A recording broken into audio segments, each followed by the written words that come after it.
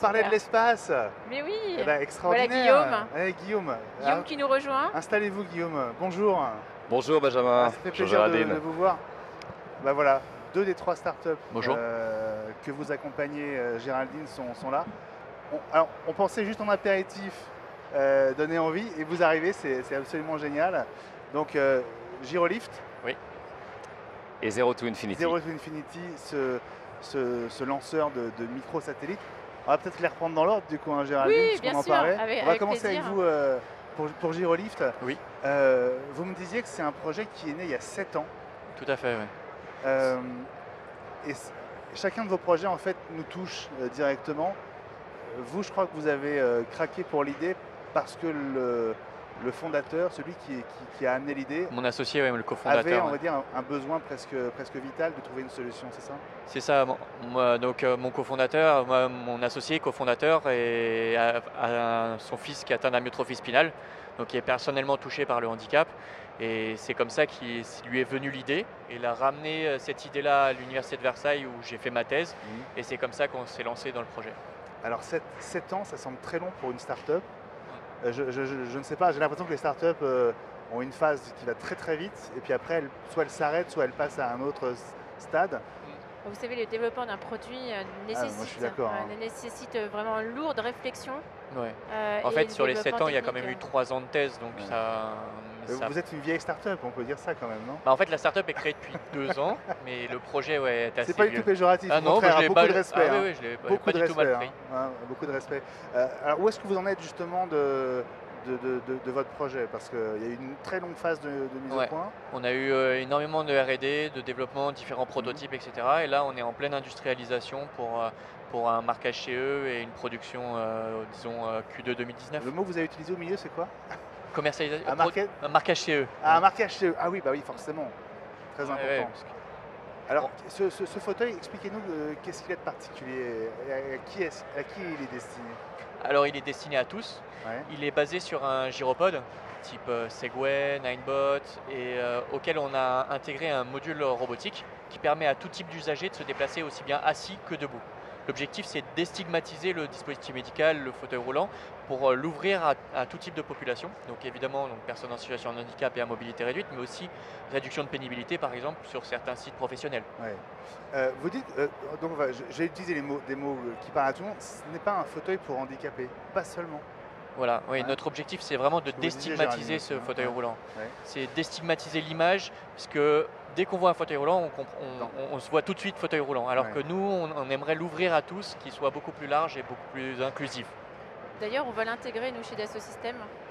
Ça va faire partie, en gros, des Ouais. outils qu'on va permettre d'offrir à nos collaborateurs et à nos visiteurs. Super.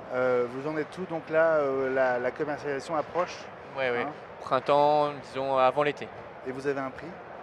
Alors, on est en train de piloter ça avec l'industrialisation, mais on espère pouvoir le commercialiser autour de 14 000 € hors taxe. Super, super. Bon, on va passer du coup à l'espace. Vous n'êtes pas venu avec votre ballon, Guillaume? Non, effectivement, on aurait pu. Mais il Et- est visible quand même sur notre stand. hein. C'est vrai, c'est vrai. Exactement. Ah, le petit modèle en tout cas. hein. Voilà. Ouais, mais quand Parce que même, le gros il est fait là, 100 mètres de il large, est hein, là, c'est ça? il est là. Le gros est très large, très Ouais. large. On pourrait mettre pratiquement un stade dedans. C'est, vous savez, l'idée de Zero to Infinity, c'est aussi de démocratiser l'accès à l'espace. On nous a demandé, bon, qu'est-ce que vous venez faire au CES avec l'espace? Mais l'espace, c'est le lieu où on acquiert et on distribue des données. Et l'espace, c'est aussi ce qui connecte la plupart des gens. Donc, on est vraiment dans le sujet. Je crois que vous avez bossé 10 ans au centre de contrôle de la station spatiale à Munich. Oui. Là, vous passez à un projet presque personnel, même si vous n'êtes pas tout seul.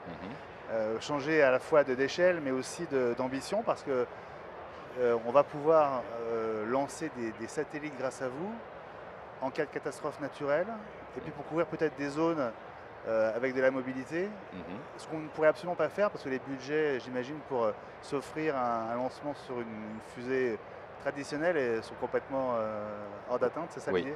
Alors, on change de dynamique. On est en train de servir un marché de petits satellites qui ont besoin d'être déployés en constellation autour de la Terre et qui vont fournir, en effet, de multiples services qui vont de la surveillance de la Terre, des services écologiques, de télécommunications et de réponse aux urgences. Donc on est vraiment dans un... Nous, ce qu'on construit, c'est une éco-fusée. C'est une fusée qui est à la fois écologique et économique. Et pour ça, on se sert de ballons stratosphériques pour aller dans la stratosphère.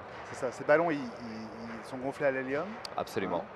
Ils montent à quelle altitude? Alors on les envoie, ils peuvent monter jusqu'à 40 km, mais on les envoie à 25 km, à un endroit où il y a pratiquement plus d'air. Ça veut dire qu'on peut faire le design d'une fusée qui va ne plus ressembler à une fusée.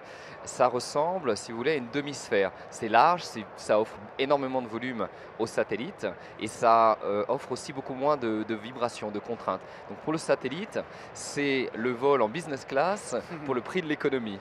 Et surtout, c'est écologique. Il n'y a aucun polluant dans l'atmosphère. Les premiers lancements commerciaux, vous les prévoyez pour quand? On les prévoit pour dans 2 ans environ. Ah oui, c'est très très bientôt. On est encore dans la phase de prototypage et comme disait Lambert, mon collègue de Girolif, le hardware, ça prend du temps, ça prend beaucoup de capital et on a la chance d'avoir le support de Dassault Systèmes pour nous accélérer et nous permettre d'avoir des outils qui mèneront à bien nos projets. Allez, en un mot chacun, votre premier bilan de ce CES qui se termine dans quelques heures. Girolift. Je dirais, j'hésite entre lancement et visibilité. Ouais. C'est les 2 événements que l'on cherchait. Guillaume.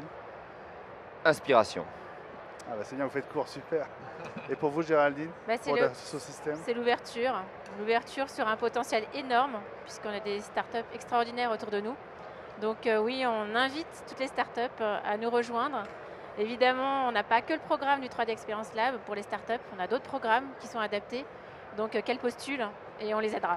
Super, bah, merci beaucoup de votre présence ici, merci de votre soutien aussi pour que ces 24 heures sur Watch puissent avoir lieu. Et puis on recevra Olivier Sapin, vice-président de Dassault Systèmes. Ce sera demain matin, 9h heure française, minuit ici à Las Vegas pour revenir effectivement sur votre présence ici au CES et sur ces startups qui nous font vibrer.